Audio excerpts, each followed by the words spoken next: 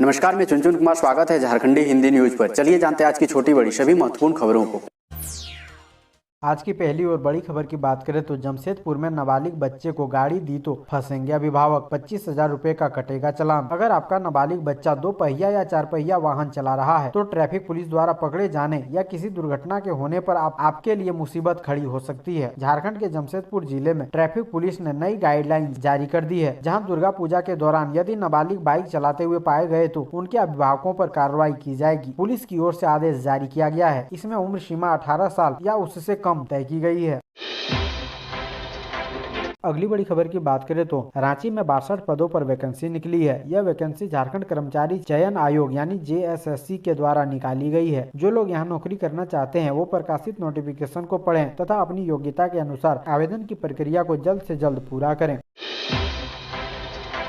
अगली बड़ी खबर की बात करें तो विधवा भाभी ने देवर पर लगाया यौन शोषण का आरोप। पति था PLFI का एरिया कमांडर। झारखंड की राजधानी से एक चौंकाने वाला मामला सामने आया है। यहाँ के धुरवा थाना क्षेत्र निवासी एक विधवा ने अपने देवर पर यौन शोषण का आरोप लगाया है। पिता का पति PLFI का एरिया कमांडर था। उनका 6 साल पहले ही एनकाउंटर कर दिया गया था। शिकायत मिलने के बाद पुलिस ने त्वरित कार्रवाई करते हुए आरोपी शख्स को गिरफ्तार कर लिया है। आरोपी की पहचान रविंद्र महतो के तौर पर की गई है। जानकारी के अनुसार PLFI के एरिया कमांडर रहे दिनेश साहू का 18 दिसंबर 2015 में एनकाउंटर कर दिया गया था। मुठभेड़ की यह घटना रांची खुट्टी सीमा पर स्थित बांदा गांव में हुई थी। दिनेश साहू के आतंक को इसी से समझा जा सकता है कि झारखंड पुलिस ने उस पर अघोषित तौर पर 3 लाख रुपए का इनाम घोषित कर रखा था। दिनेश साहू पर विभिन्न थानों में 30 से ज्यादा केस दर्ज थे। अगली बड़ी खबर की बात करें तो सिमडेगा SP ने एस्ट्रोटर्फ स्टेडियम में सुरक्षा का लिया जायजा। 20 को होगा महिला हॉकी चैंपियनशिप का शुभारंभ। सिमडेगा एस्ट्रोटर्फ स्टेडियम में 20 से 29 अक्टूबर तक 11वीं हॉकी इंडिया राष्ट्रीय जूनियर महिला हॉकी चैंपियनशिप 2021 का आयोजन किया जाना है, जिसमें देश के कुल 27 राज्यों की टीम भाग लेगी। इस प्रतियोगिता का उद्घाटन 20 अक्टूबर को झारखंड के मुख्यमंत्री हेमंत सोरेन के द्वारा किया जाएगा। प्रतियोगिता के सफलता पूर्वक आयोजन की तैयारी में जिला प्रशासन, पुलिस प्रशासन, हॉकी झारखंड, हॉकी सिमडेगा के पदाधिकारी लगे हुए हैं। अगली बड़ी खबर की बात करें तो यहाँ माँ दुर्गा के कुंवारे स्वरूप की होती है पूजा, नहीं चढ़ाया जाता सिंदूर। नवरात्र में माँ दुर्गा के 9 स्वरूपों की पूजा होती है। कोडरमा जिले में एक ऐसा मंदिर है जहाँ उनके 10वें स्वरूप की पूजा होती है। जंगल के बीच पहाड़ी पर बने मंदिर में माँ दुर्गा के कुंवारे स्वरूप की पूजा होती है। यहाँ सिंदूर का प्रयोग वर्जित है। जिला मुख्यालय से 37 किलोमीटर दूर चंचल पहाड़ी पर माँ दुर्गा की प्रतिमा स्थापित है। यहाँ भक्तों की भारी भीड़ जुटती है और भक्तों को माँ दुर्गा के साक्षात दर्शन का अनुभव होता है। बीहड़ जंगल के बीच करीब 400 फीट ऊंची पहाड़ी पर लोग पहुंचते हैं। मंदिर गुफा में है, जिसके लिए करीब 5 मीटर तक घुटनों पर चलकर भक्त पहुंचते हैं।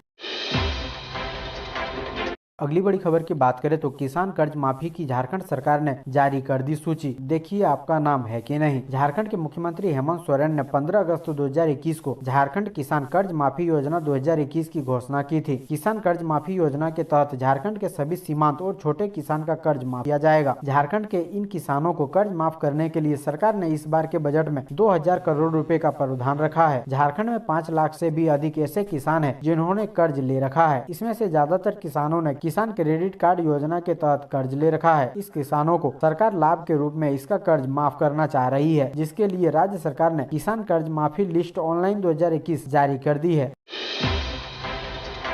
अगली बड़ी खबर की बात करें तो 23 मजदूरों की मौत की कोर्ट ऑफ इंक्वायरी का गजट नोटिफिकेशन जारी। ईस्टर्न कोलफील्ड लिमिटेड की राजमहल खान हादसे में मृत 23 ठेका श्रमिकों के आश्रितों को 15 लाख रुपए के एक मुश्त भुगतान के साथ आश्रितों को रोजगार देने की अनुशंसा की गई है। यह बड़ा फैसला कोर्ट ऑफ इंक्वायरी के गजट नोटिफिकेशन में किया गया है। 2 साल तक चली सुनवाई के बाद नोटिफिकेशन अक्टूबर के प्रथम सप्ताह में जारी किया गया, जिसकी प्रति श्रम व रोजगार मंत्रालय व DGMS कोल इंडिया सहित कमेटी के सदस्यों को मंगलवार को मिली। हादसा 29 दिसंबर 2016 को हुआ था। रिपोर्ट में मृत ठेका कर्मियों के आश्रितों को मुआवजा, बकाया ग्रेजुएटी एवं CMPF पेंशन भुगतान देने की बात कही गई है।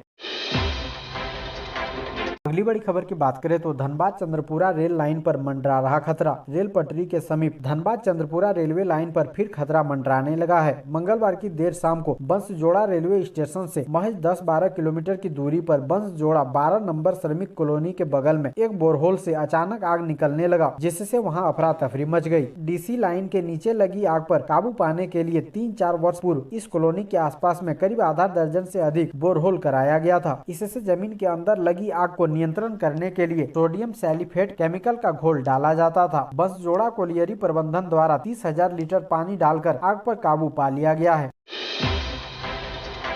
अगली बड़ी खबर की बात करें तो रांची के रातू पेट्रोल पंप में 1.5 लाख की लूट, मौजूद कर्मी को भी मारी गोली। सीसीटीवी फुटेज की हो रही जांच। रातू थाना क्षेत्र के कमड़े स्थित रिलायंस पेट्रोल पंप में बाइक सवार 2 अपराधी अंधाधुंध फायरिंग कर 3 पेट्रोल पंप कर्मियों से कैश से भरा बैग लूटकर फरार हो गए। बैग में करीब 1.5 लाख रुपए थे। घटना मंगलवार की रात करीब 7:45 बजे की है। बैग देने की आनाकानी करने पर अपराधियों ने एक पंप कर्मी कृष्णा पंडित के पैर में गोली मार दी, जबकि पंप कर्मी संदीप कुमार गाड़ी के पीछे छुप गया, जिससे उसका बैग बच गया। घायल पंप कर्मी कृष्णा पंडित को रिम्स भेजा गया है। अगली बड़ी खबर की बात करें तो इन राज्यों में आर काउंट 1 के पार, लोगों पर संक्रमण का ज्यादा खतरा। भारत के कुछ राज्यों और केंद्र शासित प्रदेशों में आर वैल्यू 1 के पार चली गई है। इन राज्यों में पश्चिम बंगाल, झारखंड, हरियाणा, गुजरात और लद्दाख शामिल है। 5 राज्यों और केंद्र शासित प्रदेशों में आर वैल्यू क्रमशः 1.03, 1.19, 1.01, 1.03 और 1.15 है। आर वैल्यू वह दर होती है जिस दर से संक्रमण लोगों के बीच फैलता है। आर काउंट के 0.95 होने का मतलब है कि औसतन 100 संक्रमित लोग आगे 95 लोगों तक संक्रमण फैलाते हैं। आर काउंट का 1 से कम होने का मतलब है कि देश में एक्टिव केसों की संख्या पिछले समय के मुकाबले कम है और संक्रमित मामले कम हो रहे हैं। हाल ही के आंकड़ों के मुताबिक झारखंड में 11 अक्टूबर तक आर वैल्यू सबसे ज्यादा थी, जबकि इस राज्य में कोरोना के खिलाफ बड़ी सफलता यानी कोविड वैक्सीन से सिर्फ 12% लोग ही पूर्ण टीकाकृत हुए हैं, जबकि सिर्फ 38% आबादी को कोरोना की कम से कम एक खुराक मिली हुई है। अगली बड़ी खबर की बात करें तो आदिवासियों को सनातन से अलग देखने वालों को धर्म की समझ नहीं, ऐसे लोगों को जवाब है दनसोय। काठीकुंड व गोपी कांदर प्रखंड के विभिन्न क्षेत्रों में रहने वाले संथाल आदिवासियों के गुरु दीक्षा का पर्व दनसाय शुरू हो गया है। बेलवरण पूजा के साथ प्रारंभ यह पर्व विजयादशमी के दिन माँ दुर्गा के नमन के साथ ही संपन्न होगा। संथाल समुदाय के लोग इस पर्व के दौरान परंपरागत बाजे गाजे के साथ दनसाय नृत्य में डूब जाते हैं। परंपरा के मुताबिक संथाल समाज के लोग गाँव में बड़े बुजुर्गों को दनसाय गुरु के रूप में मानते हैं। त्योहार शुरू होने के दिन से दनसाय गुरु अपने गांव के शिष्यों को बेलवरण टांडे यानी कि मैदान में दीक्षा देते हैं। विजयादशमी के दिन गुरु इसे मंत्र की सिद्धि देते हैं। गुरुओं के द्वारा यह भी दीक्षा दी जाती है कि अपने और अपने समाज की रक्षा के लिए मंत्र ज्ञान का प्रयोग करें। इसके अलावा रोग व्याधि से बचाने की भी जानकारी शिष्यों को दी जाती है। अगली बड़ी खबर की बात करें तो एसएससी एमटीएस परीक्षा देने आए छात्र सड़क पर बैठे, लगाया जाम। एसएससी एमटीएस परीक्षा के लिए ऑक्सफोर्ड स्कूल में बनाए गए केंद्र के बाहर छात्रों ने प्रदर्शन किया। परीक्षा में प्रवेश से रोके जाने पर छात्र हंगामा करते हुए सड़क पर बैठ गए और नारेबाजी करने लगे। इससे यातायात बाधित हो गया। करीब आधे घंटे बाद चुटिया पुलिस की टीम मौके पर पहुंची और छात्रों को समझाकर पहले रास्ता साफ कराया। बाद में छात्र और परीक्षा केंद्र अधीक्षक से बात कर छात्रों को परीक्षा में शामिल कराया गया। दरअसल परीक्षा केंद्र में छात्रों से एडमिट कार्ड के साथ वर्तमान फोटो से संबंधित पहचान पत्र मांगा गया था। कई छात्र आधार कार्ड लेकर आए थे, जिसमें उनकी तस्वीर पुरानी होने की वजह से केंद्र में उन्हें प्रवेश पर रोक लगा दी गई। कहा गया कि तस्वीर से उसकी पहचान नहीं हो पा रही है, इसलिए वे परीक्षा नहीं दे सकते हैं। इसे लेकर छात्रों ने हंगामा शुरू कर दिया। छात्रों का कहना था कि उनके फिंगरप्रिंट लिया जाए या आई स्कैन कराई जाए। आधार कार्ड में तस्वीर पुरानी होने की वजह से परीक्षा में शामिल नहीं होने देना गलत बात है। अगली बड़ी खबर की बात करें तो हाईकोर्ट ने कहा कॉन्ट्रैक्ट पर काम करने वाली महिलाएं भी मातृत्व अवकाश की हकदार। मातृत्व अवकाश को लेकर झारखंड हाईकोर्ट ने बड़ा फैसला दिया है। हाईकोर्ट ने अपने आदेश में कहा है कि निजी कंपनियों और कॉन्ट्रैक्ट यानी संविदा पर काम करने वाली महिलाएं भी मातृत्व अवकाश की हकदार है। इन्हें इस सुविधा से वंचित नहीं किया जा सकता है। Justice doctor SN. पाठक की पीठ ने कहा कि मातृत्व अवकाश लाभ अधिनियम 1961 की धारा 2 के तहत सभी तरह के संस्थानों पर मातृत्व अवकाश लागू होने का प्रावधान है, फिर चाहे संस्थान सरकारी हो या गैर सरकारी। अगली बड़ी खबर की बात करें तो बिहार और झारखंड के बीच सफर अब होगा और आसान। 210 रूट पर बस चलने का फैसला। झारखंड वासियों का पड़ोसी राज्य बिहार जाना अब और आसान होने वाला है। बिहार सरकार के एक महत्वपूर्ण फैसले से यह संभव हो सकेगा। पड़ोसी राज्य की सरकार ने 210 रूट पर बस चलाने का फैसला किया है। वैसे तो बिहार के कई राज्यों से झारखंड के कई शहरों में बसें चलती है, लेकिन 210 मार्ग पर बस चलने से यात्रियों को एक और दूसरे राज्य जाने में काफी सहूलियत होगी। अधिकारियों की माने तो इस बाबत 19 नवंबर को परिवहन आयुक्त के कार्यालय में बैठक होगी। इसमें बसों को परमिट देने पर अंतिम मुहर लगाने की उम्मीद है।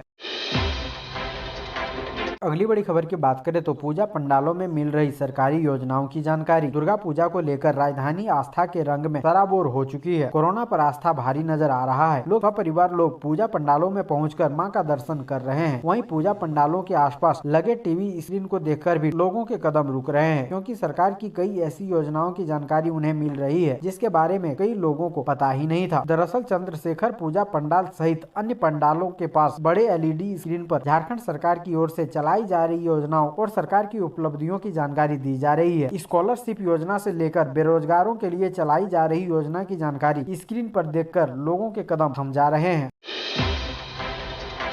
अगली बड़ी खबर की बात करें तो झारखंड के मुख्यमंत्री हेमंत सोरेन को छत्तीसगढ़ आने का न्योता। मुख्यमंत्री हेमंत सोरेन को छत्तीसगढ़ के मुख्यमंत्री भूपेश बघेल ने पत्र के माध्यम से आगामी 28 अक्टूबर से 1 नवंबर तक छत्तीसगढ़ सरकार द्वारा आयोजित राष्ट्रीय आदिवासी नृत्य महोत्सव 2021 में सम्मिलित होने के लिए आमंत्रित किया है। कांके रोड रांची स्थित मुख्यमंत्री के आवासीय कार्यालय में बुधवार को मुख्यमंत्री हेमंत सोरेन से विधायक एवं सांसदीय सचिव छत्तीसगढ़ शासन विनोद चंद्रकार ने मुलाकात की। मुख्यमंत्री से मिलकर चंद्रकार ने कार्यक्रम में शामिल होने आमंत्रण पत्र दिया।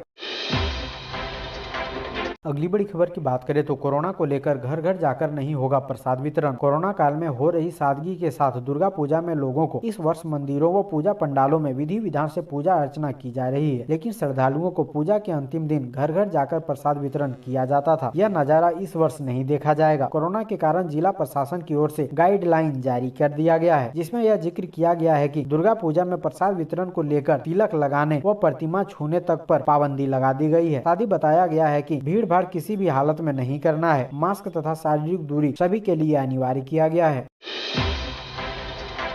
अगली बड़ी खबर की बात करें तो झारखंड में कोरोना गाइडलाइन का पालन करने वाले पंडाल होंगे पुरस्कृत। जाने कैसा होगा इसका चयन। दुर्गा पूजा के दौरान शहर के पूजा पंडालों में कोरोना गाइडलाइन व स्वच्छता का पालन हो, इसके लिए रांची नगर निगम ने अनूठी पहल की है। इसके तहत स्वच्छता व गाइडलाइन का पालन करने वाले सर्वश्रेष्ठ 3 पूजा पंडालों को रांची नगर निगम सम्मानित करेगा। इसके लिए नगर निगम ने सर्वश्रेष्ठ पंडाल पूजा स्थल प्रतियोगिता का आयोजन किया गया है। इसका मूल्यांकन करने के लिए निगम ने सहायक नगर आयुक्त शीतल कुमारी की अध्यक्षता में 7 सदस्यीय कमेटी का गठन किया है। यह कमेटी 10वीं तक शहर के विभिन्न पूजा पंडालों का भ्रमण कर वास्तविकता देखेगी। फिर उसी आधार पर सर्वश्रेष्ठ पूजा पंडाल का चयन किया जाएगा। यह प्रतियोगिता कुल 70 अंकों की होगी। अगली बड़ी खबर की बात करें तो विजयादशमी पर आधा बेला ही खुलेगा आरक्षण केंद्र। क्या ई टिकट बुकिंग भी बंद होगा? 15 अक्टूबर को विजयादशमी है। अगर इस दिन आप टिकट बुक कराने की प्लानिंग कर रहे हैं तो दोपहर 2 बजे से पहले आरक्षण काउंटर तक पहुंच जाएं। 2 बजे के बाद शटर गिर जाएगा। रेलवे ने शुक्रवार को सुबह 8 बजे से दोपहर 2 बजे तक ही काउंटर खोलने की घोषणा की है। दूसरी पाली में धनबाद समेत रेल मंडल के दूसरे सभी काउंटर बंद रहेंगे, यानी 2 बजे के बाद सिर्फ ऑनलाइन ई टिकट ही बुक कर सकेंगे। हालांकि रेलवे का करंट बुकिंग यानी बुधवार का आरक्षण केंद्र पहले की तरह ही काम करेगा। चार्ट बनाने के बाद खाली सीटों के लिए इस काउंटर से टिकट बुक कराए जा सकेंगे। अगली बड़ी खबर की बात करें तो बिहार के IAS की शादी से रांची में होने वाले वनडे मैच पर मंडरा रहा था संकट। जाने फिर कैसे सुलझा मामला। झारखंड की राजधानी रांची में 19 नवंबर आयोजित Bharat New Zealand T20 cricket match पर बिहार के एक IAS अधिकारी की शादी के कारण संकट मंडरा रहा था। दोनों टीमों को एक खास होटल में ही ठहरना था, लेकिन उसके अधिकांश कमरों को बिहार के IAS अधिकारी ने अपने शादी के लिए बुक कर रखे थे। अधिकारी होटल की बुकिंग छोड़ने को तैयार नहीं थे। इस कारण भारतीय क्रिकेट कंट्रोल बोर्ड ने मैच को दूसरी जगह शिफ्ट करने की घोषणा कर दी थी। अंततः इस मामले में झारखंड की हेमंत सोरेन सरकार को हस्तक्षेप करना पड़ा। इसके बाद IAS अधिकारी अपनी शादी को दूसरी जगह शिफ्ट करने के लिए सहमत हो गए। आपको बता दें कि बिहार के जहानाबाद के उप विकास आयुक्त मुकुल कुमार गुप्ता की शादी 19 और 20 नवंबर को रांची में होनी है। उन्होंने शादी के आयोजन के सिलसिले में रांची के रेडिसन ब्लू होटल में 40 से 45 कमरों की बुकिंग कराई है। इसी दौरान 19 नवंबर को रांची के Jharkhand state cricket association stadium में Bharat Bharat New Zealand T20 cricket match होना है। BCCI भी इसी होटल में दोनों टीमों और सपोर्ट स्टाफ के लिए 75 कमरे चाहती है।